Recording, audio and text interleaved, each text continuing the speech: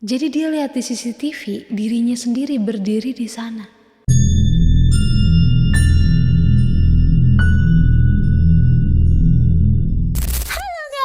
Mana nih yang nyuruh-nyuruh aku buat rajin-rajin upload Latis? Angkat tangan. Jadi di Latis kali ini aku mau nyeritain laporan mistis dari temen kita yang asal Bekasi. Saya sebagai warga Bekasi jujur penasaran ya. Jadi nggak usah berlama-lama lagi, kita langsung masuk aja ke ceritanya.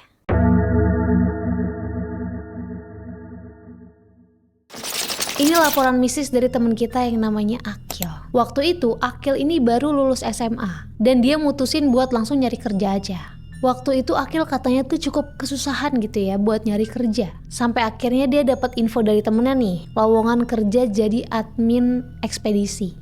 Buat yang nggak tahu, admin ekspedisi itu yang biasanya kalau kita mau ngirim paket nih, kita datang ke ekspedisi. Nah biasanya kan ada mbak-mbak atau mas-mas yang nerima paket kita, nanti dicekin ongkir, kita bayarnya ke dia gitu. Tahu dong?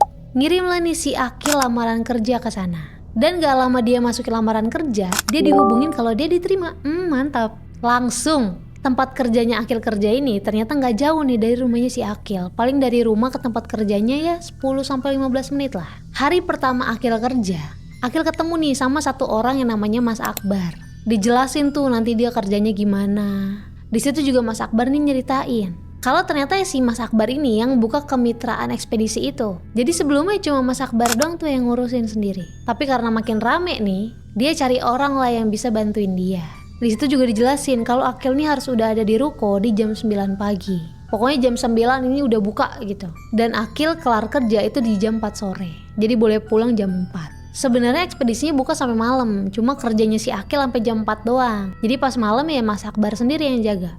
Jadi pokoknya di ruko itu, di ekspedisi ini, itu yang kerja cuma Akil sama Mas Akbar doang. Beberapa hari kerja Akil ngerasa enak nih kerjaannya. Kerjanya gak terlalu berat, Mas Akbar juga orangnya enak gitu ya, asik.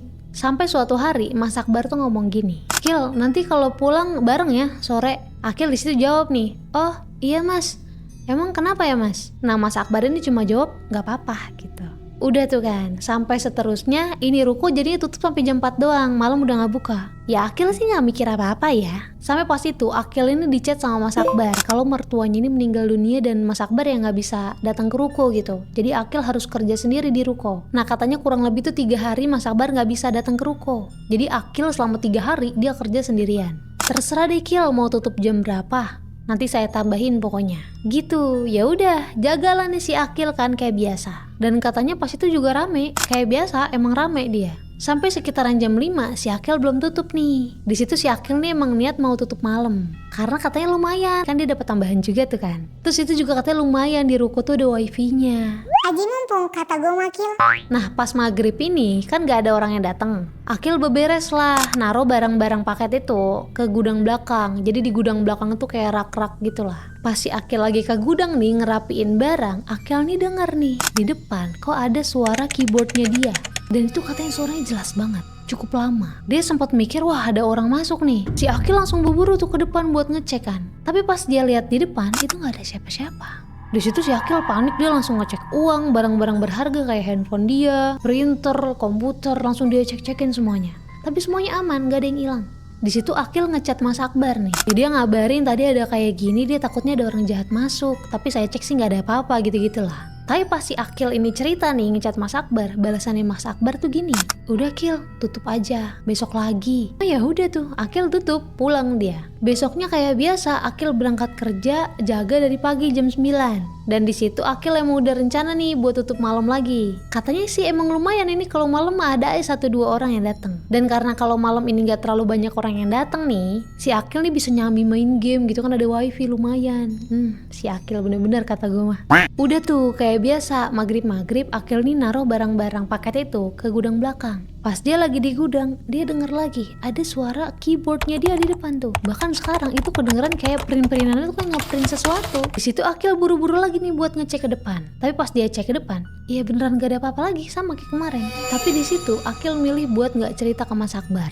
Dia ngecek CCTV nih. FYI, di ruko itu ini ada 2 CCTV. Yang pertama di depan nih, yang nyorot si Akil, komputer, barang-barang orang-orang masuk gitu ya. Satunya lagi itu ada di gudang belakang. Jadi nyorot barang-barang lah. Pas Akil ngecek CCTV di mana si Akil ini lagi jalan ke gudang bawa barang-barang, di situ Akil lihat ada diri dia sendiri duduk depan komputer kayak dia biasa, bahkan pakai baju yang sama, kayak lagi ngetik-ngetik gitu. Pokoknya kelihatannya kayak Akil biasa gitu lah. Di situ Akil mulai merinding karena jujur sebelumnya dia nggak mikir kalau ini Dedemita. Dia mikirnya ini orang jahat apa orang iseng gitu ya. Waduh, apa nih?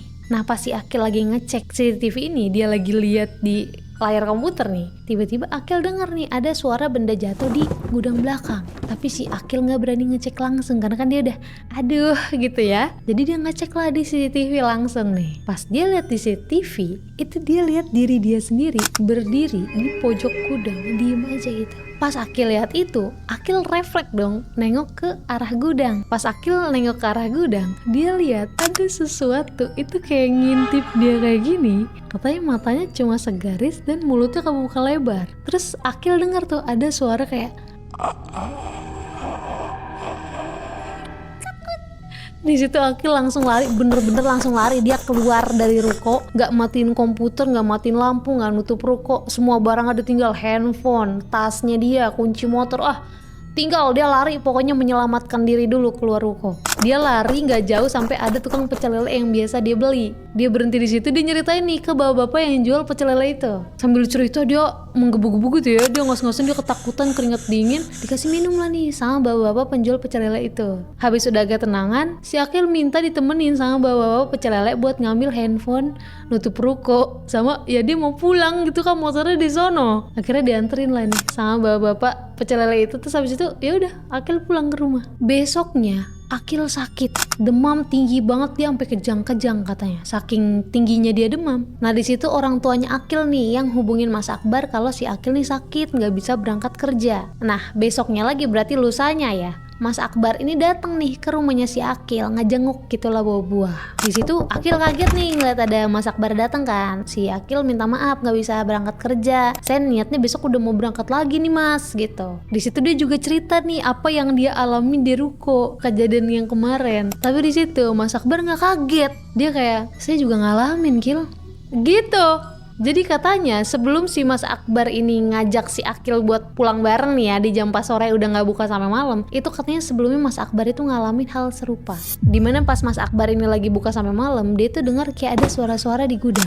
Tapi pas dia cek itu nggak ada apa-apa. Pas dia balik lagi duduk, ada lagi suaranya. Akhirnya dia cek lah nih di CCTV. Pas Mas Akbar ini ngecek di CCTV, itu katanya Mas Akbar lihat sosok yang Akil ceritain itu semuka-muka di depan layar CCTV. Jadi gede banget. Mas Akbar lihat itu di layar monitor. Di situ Mas Akbar panik, dia langsung matiin komputernya, dia mau pulang gitu kan. Tapi pas monitornya mati nih, dia lihat bayangan sosok itu ada di belakangnya dia. Dan itu katanya jelas banget. Dan pas Mas Akbar nengok, beneran ada di belakang dia sosok itu lagi berdiri. Dan beneran sama. Sosoknya matanya cuma segaris, mulutnya kebuka lebar, dan Mas Akbar di situ juga dengar kalau sosok itu ngeluarin suara